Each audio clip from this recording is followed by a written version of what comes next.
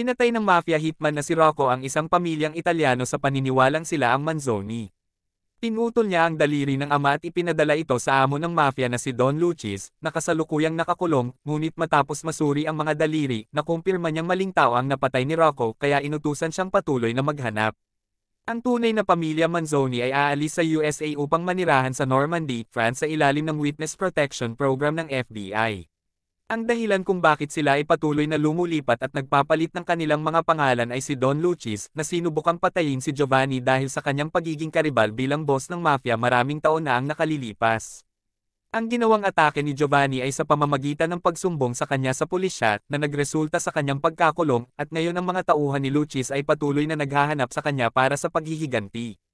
Dumating ang pamilya sa kanilang bagong bahay sa kalagitnaan ng gabi.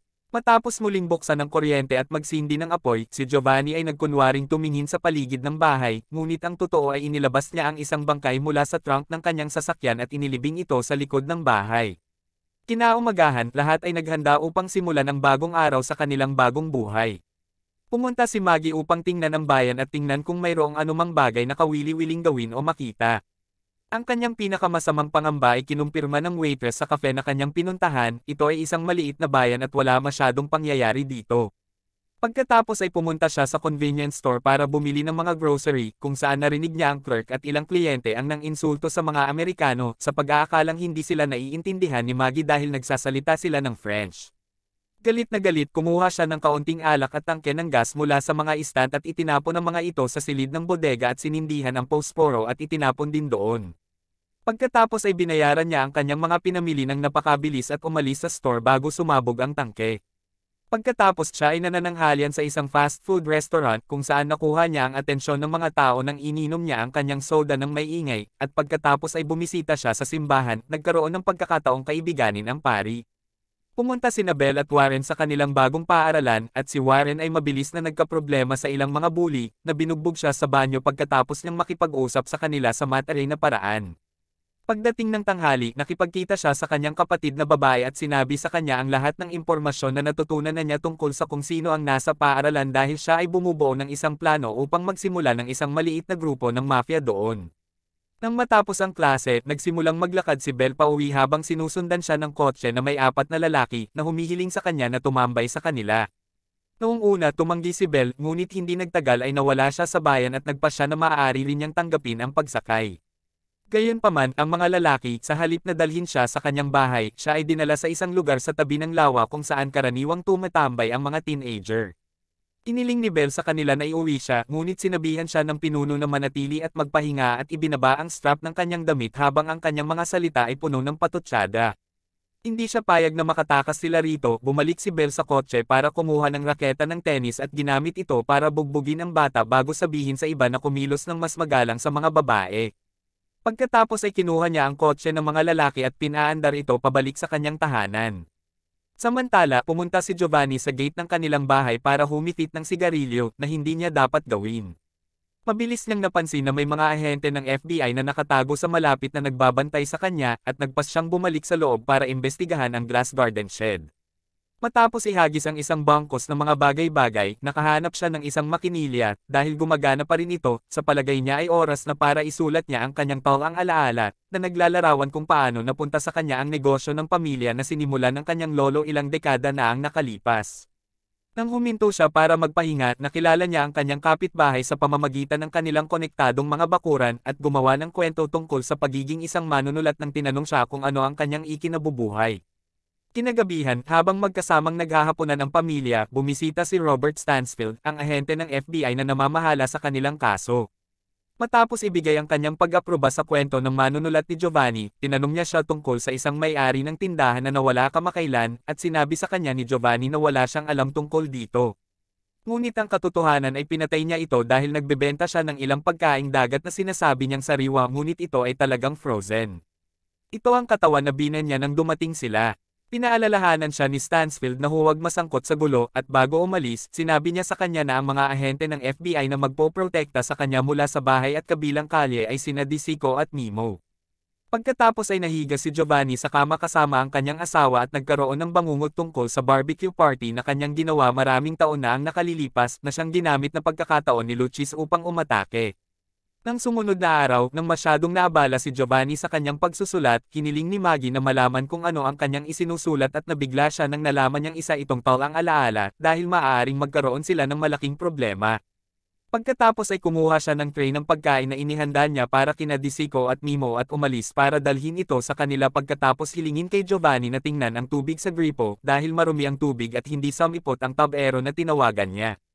Sa paaralan, si Warren ay nagsimulang makipag-ugnayan sa mga tamang tao gamit ang impormasyon at mga ninakaw na produkto upang sila ay magtrabaho para sa kanya. Si Belle naman ay kinailangang bugbugin ng isang babae sa banyo dahil sa pagnanakaw ng kanyang pencil case. Nakakita rin siya ng isang napakagwapong lalaki sa cafeteria at ipinaalam sa kanya ni Warren na si Henry, isang estudyante sa kolehiyo at isang substitute na guro para sa klase sa matematika. Gusto siya ng lahat ng babae sa paaralan kaya magkakaroon siya ng maraming kakampetisyon kung gusto niya ito. Pero may plano siya, nilapitan niya si Henry pagkatapos ng klase at nagtanong sa kanya ng private math lessons na tinanggap naman niya. Samantala, nakita ni Warren ang nambubuli sa kanya sa labas ng paaralan at sinimulang bugbugin silang lahat sa tulong ng mga bagong kaanib niya. Sa bahay, dumating ang tabero ng mahigit 40 minutong late na ikinairita ni Giovanni. Lumala lamang ang kanyang kalooban nang sinubukan ng lalaki na palitan ang lahat ng mga tubo sa kanyang bahay nang hindi naman kinakailangan, kaya binugbog siya ni Giovanni gamit ang mga tool na nakita niya sa basement at pagkatapos ay inilagay ang katawan sa sariling van ng tabero upang dalhin siya sa ospital, kung saan ang doktor ay nahihirapang maunawaan kung paano ang katawan ng lalaki ay maaring magkaroon ng napakaraming bali ng buto mula sa simpleng pagbagsak sa hagdan. Nahanap ni Rocco ang pamilya ng may-ari ng seafood shop at pinatay silang lahat dahil sa walang impormasyon tungkol kay Giovanni. Patuloy niyang isinulat ang kanyang ang alaala kung paano niya iniligpit ang dating kapitbahayan niya sa Brooklyn. Kinagabihan, pinagalitan siya ni Maggie sa ginawa niya sa tabero at gumanti si Giovanni sa pamamagitan ng pagpapaalala sa kanya ng pagsabog na dulot niya sa convenience store. Pagdating ng katapusan ng linggo, naghanda ang pamilya ng isang barbecue party at inimbitahan ang lahat ng mga kapitbahay, isang ideya na hindi nila masyadong gusto ngunit iginiit ni Stansfield na ito ay isang paraan upang mapabilang ang kanilang sarili sa komunidad. Dumating si Warren na may dalang iba't ibang bote ng soda at sinabihan ang kanyang ina na huminto sa paggawa ng French food at sa halip ay gumawa ng mga pagkaing Amerikano dahil iyon ang inaasahan ng mga kapitbahay. Lumalabas na tama siya, ang mga kapitbahay ay dumating upang makita ang mga Yankee at masaya na kumain ng kanilang kakaibang pagkain. Maging sina Disiko at Mimo ay pinayagang umalis sa kanilang watchroom at sumali sa kasiyahan. Ang tanging nawawala ay si Giovanni mismo na nahanap ni Belle sa garden shed. Ang pagsusulat ng kanyang buhay ay parang tinitingnan ang sarili sa salamin sa loob ng maraming oras at napagtanto niyang nagsisisi siyang hindi naging mas mabuting ama para sa kanyang mga anak at nailagay sila sa mga mahirap na sitwasyong ito. Gayunpaman, hindi sumang-ayon si Belle at sinabi sa kanya na itinuturing niya itong pinakamahusay na ama sa mundo. Ngayon sa mas magandang mood, sumali si Giovanni sa party para lang mairita muli ng subukan ng mga kapitbahay na turuan siya kung paano magsimula ng grill fire. Iniisip ni Giovanni ang lahat ng paraan para pahirapan niya sila dahil sa pagiging bastos ngunit sa kabutihang palad, bago pa niya magawa ang anumang katangahan, nag-ambala siya ng bagong dating na si Stansfield. Nag-usap ng pribado ang dalawang lalaki at ipinaalam ni Stansfield kay Giovanni na ang mga tao sa White House ay nag-aalala tungkol sa librong ito na kanyang isinusulat dahil maaari itong makakuha ng problema sa maraming tao, ngunit ipinangako ni Giovanni na ginagawa niya ito para sa kanyang sarili at wala siyang planong ilabas ito sa publiko. Sa pagtatapos ng party, nadismaya si Belle na hindi sumipot si Henry. Kinabukasan pumunta si Giovanni sa alkalde para talakayin ang problema sa maruming tubig.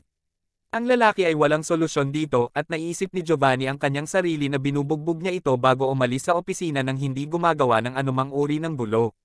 Sumunod, binisita niya ang kumpanya ng tubig kung saan kinumpirma niyang marumi ang tubig at isa sa mga manggagawa doon ang nagbigay sa kanya ng clue sa likod ng pangyayaring ito, isang lokal na pabrika ng pataba. Sumunod na binisita ni Giovanni ang pabrika na iyon at nang mapatunayang hindi matulungin at bastos ang amo, itinali siya ni Giovanni sa likod ng kanyang sasakyan at kinaladkad siya sa kalsada hanggang sa handa na siyang magtapat. Ipinaliwanag sa kanya ng lalaki kung paano hanapin ang turbine na dapat niyang i-deactivate upang makakuha ng malinis na tubig, at ngayong mayroon na siyang impormasyong kailangan niya, iniwan siya ni Giovanni sa gitna ng kalsada kasama ang kanyang bisikleta pagkatapos na mangakong puputulan ang kanyang mga bola kung sasabihin niya sa kahit na sino kung ano ang nangyari.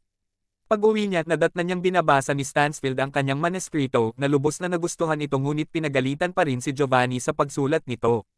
Samantala, patuloy na binisita ni Maggie ang simbahan at nakumbinsi siya ng pari na magkumpisal sa kanya pagkatapos na ipinangako sa kanya na kumpidensyal ang lahat ng sasabihin niya sa kanya.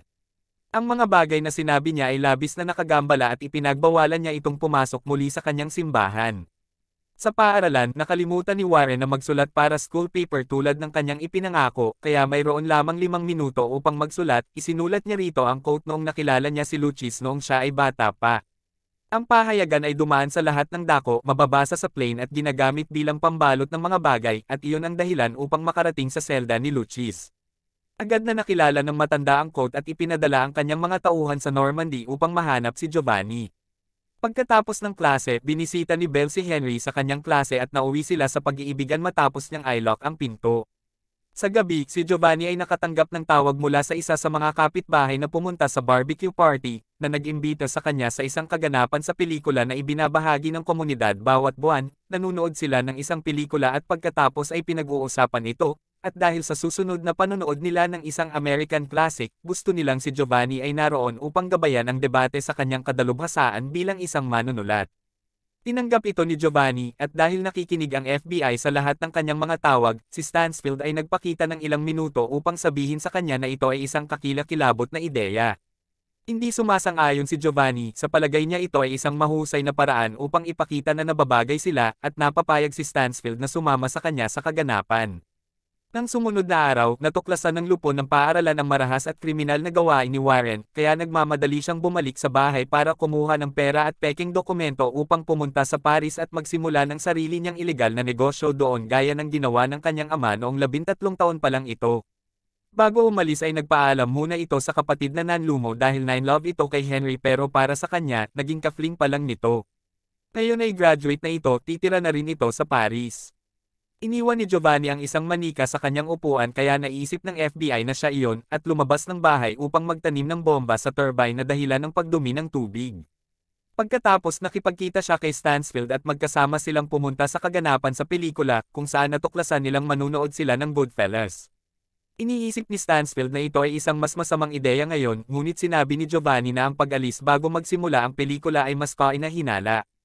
Pagkatapos ng pelikula, hiniling kay Giovanni na sabihin sa mga manunood kung gaano ito kapareha sa totoong New York, at hindi na mapigilan ni Giovanni at nagsimulang magkwento tungkol sa kanyang buhay doon bilang isang boss ng mafia na sa tingin ng mga taong naroroon ay kathang-isip lamang.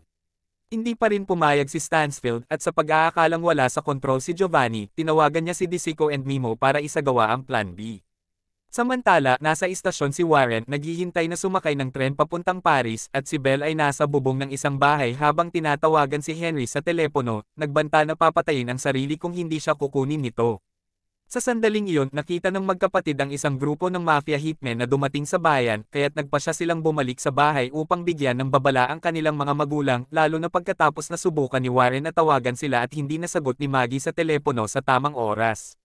Pinatay ng mga hitmen ang lahat sa istasyon ng pulisya at ginamit ang kanilang mga record upang mahanap ang address ni Giovanni. Pinatay din nila ang mga bumbero at binutas ang mga gulong ng mga fire truck.